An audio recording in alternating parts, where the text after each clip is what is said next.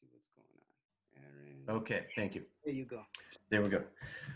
First off, thank you very much for not just the warm introduction, but for this wonderful invitation. I'm humbled to participate with so many advocates doing amazing work, with two other amazing scholars, and hope that I can participate in a meaningful way, or contribute rather in a meaningful way. I have a presentation. Let me share my screen. Oh, could you please enable screen sharing, Dr. Rosen? Yeah, all set. Okay.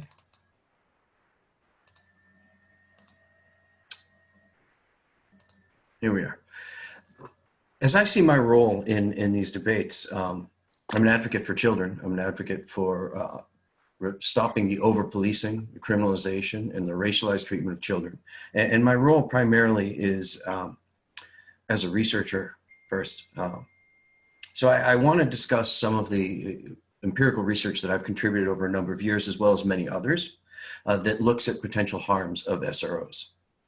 Now, there are some areas within this topic that we have uncertain or mixed evidence, such as about school shootings, student crime, mentoring, and whether SROs are effective at achieving their goals. And then there are other areas in which we see clear evidence of potential harms that tend to come to students. And I'll talk about each of these as well. As I'm sure most of you are aware, overall, the bulk of the evidence suggests fairly strongly that unbalanced SROs are harmful to students in schools, despite often good intentions. Let me begin with some of the uncertain or mixed evidence. And one thing that people often want to discuss are school shootings. In my own district, there's a debate to reduce or eliminate SROs, and many people are afraid of the next school shooting. Thankfully, school shootings, though they don't seem that way, they're rare events. The most recent year, the government National Center for Education Statistics, that is, reported data for, there are 18 student homicides in schools, making school homicides, school-based homicides of students, one of the rarest ways for a young person to die on record.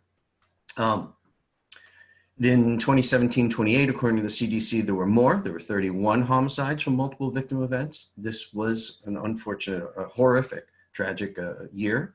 But these are still rare events, which means there's relatively little empirical analysis available. There have been shootings at some schools with SROs and some without. There are some stories of SROs having intervened, but these are fairly uncommon. So overall, there's really no sound empirical evidence showing that having a school resource officer, a police officer in school, can deter a shooting attack. What we do see to really works is having trusted adults in schools. For example, one recent study by Eric Matvis studied 11 averted school shootings. These were shootings that were planned by students but averted because, usually because another student found out and told an adult in the school. This happened when students felt that there was an inclusive climate, that they felt supported, respected, and valued. In 2 of the 11 cases, a student informed an SRO, but in the other 9, it was not an SRO. This coincides with the actual National Police Foundation's Averted School Violence Project. So this is a foundation very much dedicated to being pro-SRO, finds that students need to remain aware, watch for warning signs, be vigilant, their parents be vigilant, but they still argue that it's about bonds. That what helps is having students connected to adults. Thus, what can prevent school shootings is trust, support, and bonds, but not necessarily law enforcement by the best evidence we have. If we think of more mundane student crime, research on this is inconsistent as well, in part because it's difficult to study. The causal effects are uncertain. If finding a correlation between placement or having an SRO in a school and high rates of crime, it's unclear whether the SRO is causing more crime or the SRO is placed in high crime schools. It's also difficult to study because SROs don't always behave the same way. There are many SROs who behave with hostility, with clear hostile and often racist intent, but a large number of SROs who adopt the mantra that they are there to help and support children and might not take that same hostility into it.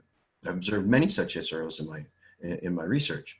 So whether they seek to mentor versus just do law enforcement, it can have very different effects on crime. A majority of the studies do show either no effect on crime rates or more student crime after adding SROs. Again, though, this can vary based on what SROs are doing. So overall, it appears that SROs do not positively influence or reduce student crime, though it's fairly inconclusive. The third area I wanted to discuss was having SROs as mentors or informal counselors. This is often touted as one of the best benefits by advocates of policing in schools. They see this as part of a triad model where the SRO has three main functions of law enforcement, educator, and informal counselor or mentor. And I certainly agree that more caring adults in a school can be beneficial, but research raises concerns about having police officers in that role. Certainly it adds potential surveillance or additional surveillance to children. There are more police officers watching them as they do normal adolescent things, which might be illegal. There's more likely for arrest. Students might unintentionally implicate themselves or others if their trusted mentor happens to be a police officer who must report knowledge of criminal behavior. And certainly SROs lack sufficient training relative to professional social workers or adolescent people specializing in adolescent development. In a recent study, co-authors and I find a shocking level of police officers discussing how one of their primary goals, just behind maintaining safety, is to teach students in their schools to trust police. The police are the good guys. The bad press about police is just a biased media based on bad apples.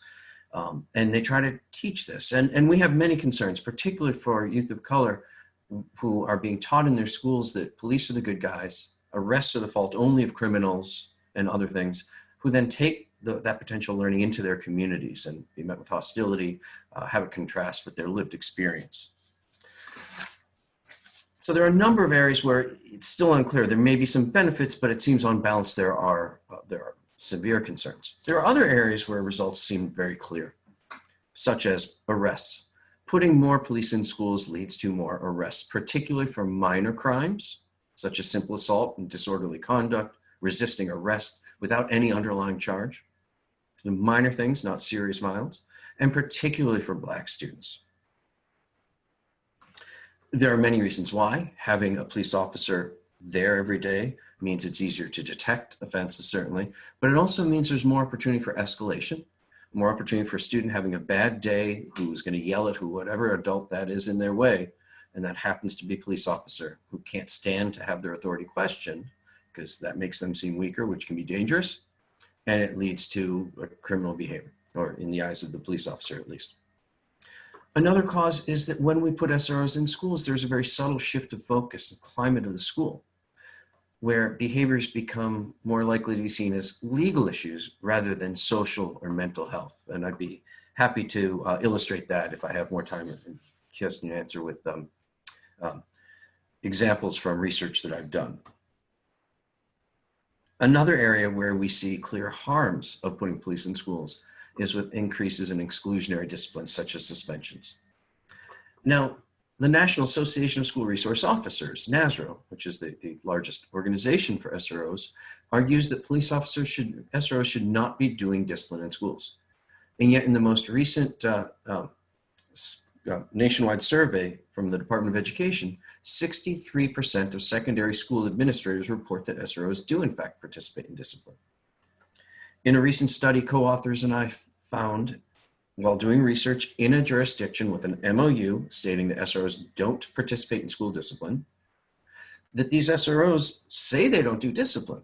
But when we talk more about the things that they do and how they interact, it turns out that, well, they do many things that certainly we would consider discipline, such as reporting misbehavior that's not criminal, but violates school rules to an administrator, having harsh talks with students, and so on. What the research shows, expectantly, is that their suspension rates are higher in schools with SROs compared to similar schools without SROs. This research is now pretty consistent. There's a lot of high quality research, and that this effect is particularly felt by Black youth. As both of these last two slides show, youth of color, and particularly Black youth, bear the brunt of exclusionary discipline and arrest rates. So therefore, putting police officers in schools has a clear racial equity component to it. Again, youth of color, and particularly Black students, are disproportionately punished and arrested. This is obviously this is not news, I'm sure, to the audience today, but policing is certainly a part of this. It raises the stakes of the school environment in terms of punishment, in terms of surveillance, legal surveillance, in terms of likelihood of arrest. Research finds that student behavior does not account for these discrepancies. Particularly, this research is better developed when thinking of suspensions rather than arrest, but it's not explained away by student behaviors. Race matters independently. Implicit bias is obviously one factor, but not the only factor here. That students of color are more likely to be perceived as threatening by police officers and by school administrators. Long-term effects of this matter quite a bit, as students who are suspended in school suffer from the school to prison pipeline. They're less likely to graduate, they're less likely to eventually be employed, they're more likely to be involved in the justice system, they're even less likely to vote and volunteer in their communities years later.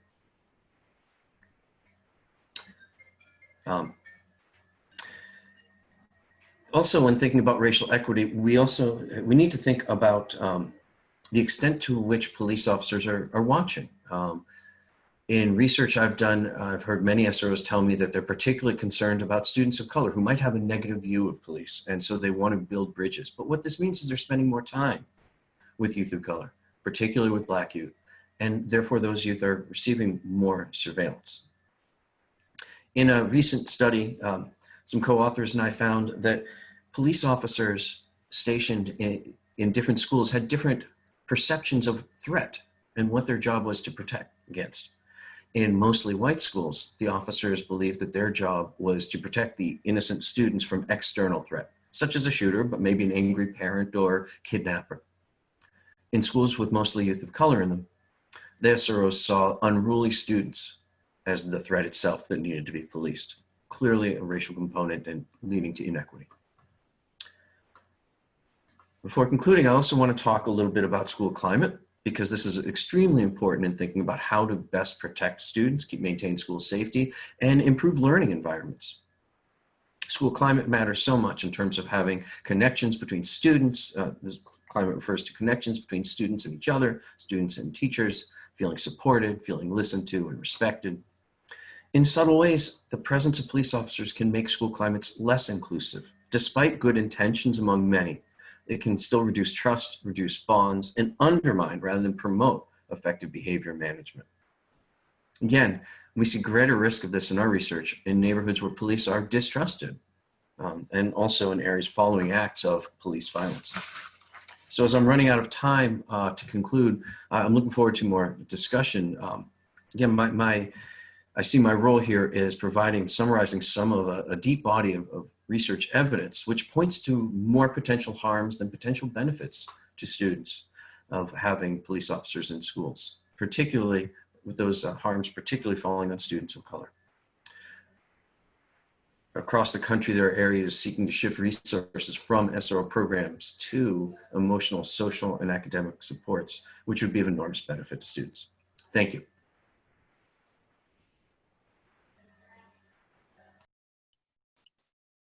Great. Thank you, Dr. Kupchik. Much appreciated. Excellent presentation.